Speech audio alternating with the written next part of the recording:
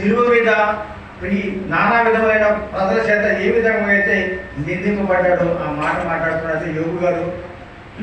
నా విమోచకుడు సజీవుడు అంటే ఇప్పుడు కొన్ని వేల సంవత్సరాల క్రితం అబ్రహాము కాలం నాటి యోగు గారు ఆయన ఎవరి గురించి మాట్లాడాడు? నా విమోచకుడు సజీవుడు, నా కన్నులారా నేను చూశాను.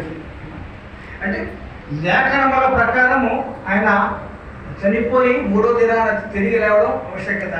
కానీ ఆ కూడా ఉన్న ఆ శిష్యులు గ్రహించలేకపోయారు.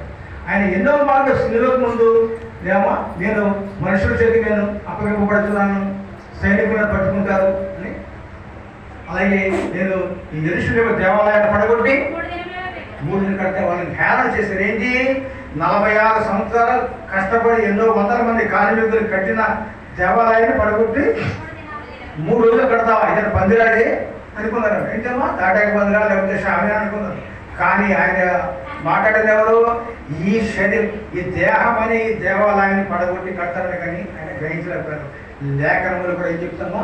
దావీదు అంటాడంటే పాతాళములు ఆయనని బంధించి ఉంచలేకపోయింది, మరణం ఆయనని ఆపలేకపోయింది. అందుకే అంటాడు కదా, కొద్దిగా అంటాడు ఆయన పౌలు గారు, ఓ మరణమా నీ విజయమా.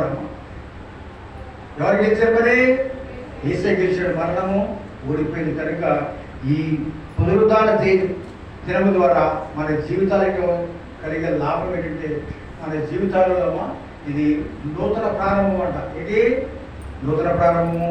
అలాగే బాప్తిసం తీసుకునే బిడ్డలు కూడా ఏంటి? నూతన ప్రారంభము, నూతన జీవము, దేవుని కుటుంబంలో మనం సభ్యులుగా చేరుతున్నాము. అదేవిధంగా ఏంటి? సాతాను నుంచి మనం విడిపింపబడుతున్నాము. కనుక మరి ఏం చేయాలంట? నిత్యమునికి ముందు ఆయనని కేవలం ఇష్టం రోజునే మహిమపరచడం కాదు, కానీ ఏం చేయాలంట? నిత్యము కూడా మనం